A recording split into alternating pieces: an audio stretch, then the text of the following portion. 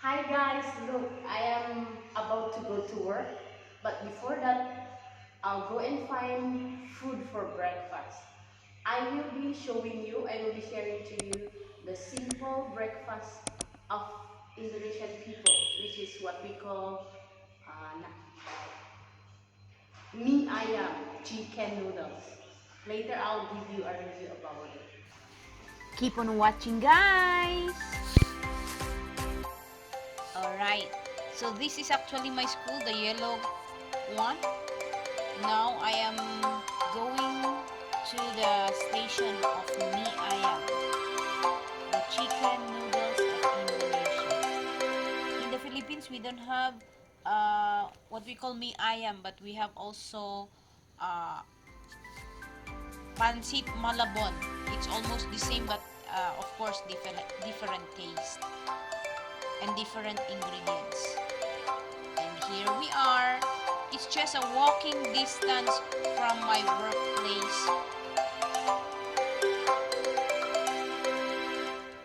In here also there's a lot of food stalls here. You've got a lot of choices.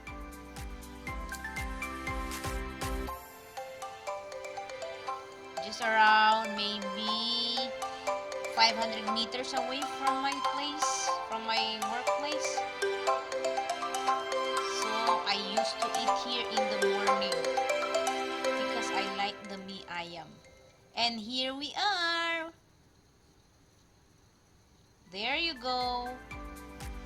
It's here at the front of the car, the position of the mie ayam. Okay. Yay, there's no customers. There you go, we are here now. This is the place. Just here in pagi pak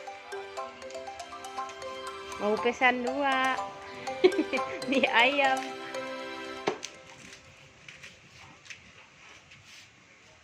Coba I videoin bikinnya pak ya.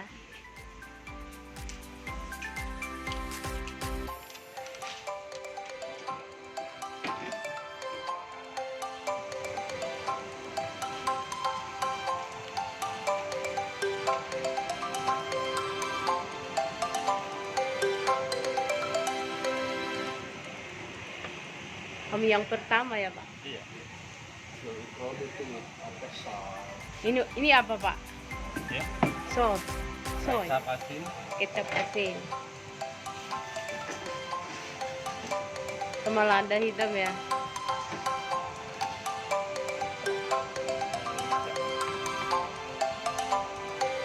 Toge. With. Itu bahasanya apa yang hijau itu? Asin.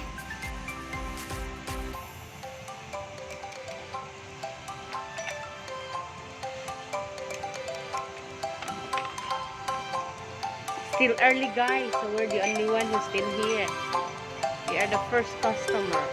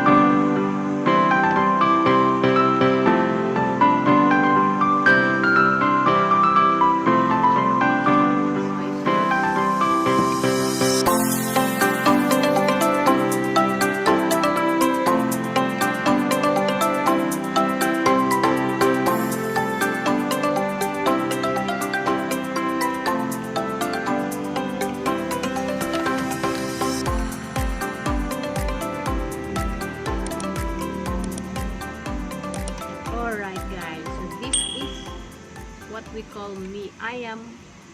Let's eat.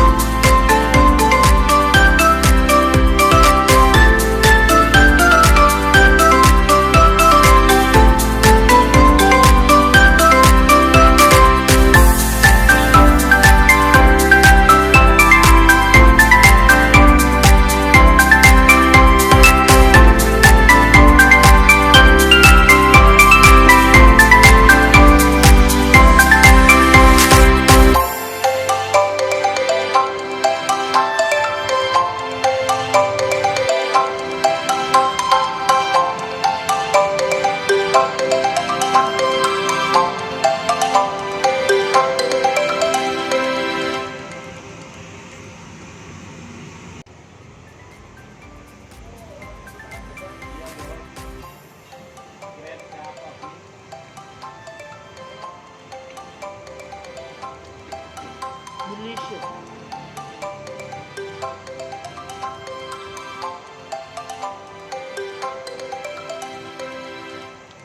If in the Philippines, the alternative food for breakfast is pandesal. Here,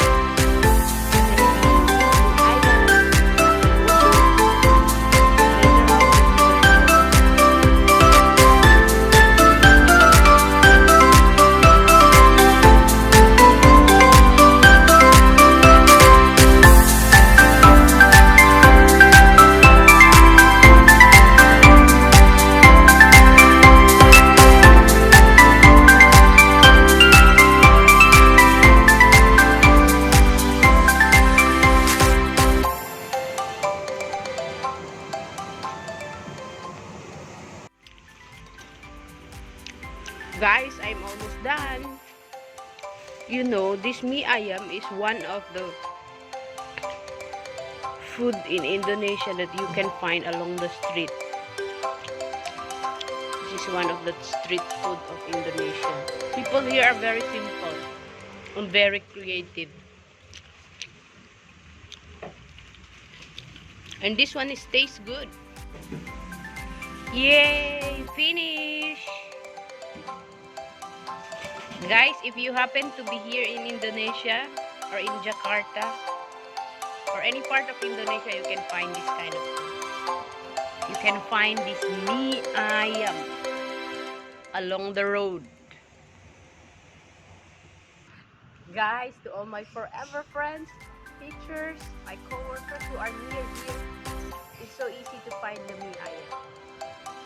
Going straight is Taman Wado. And this is Laguna, the sign. And in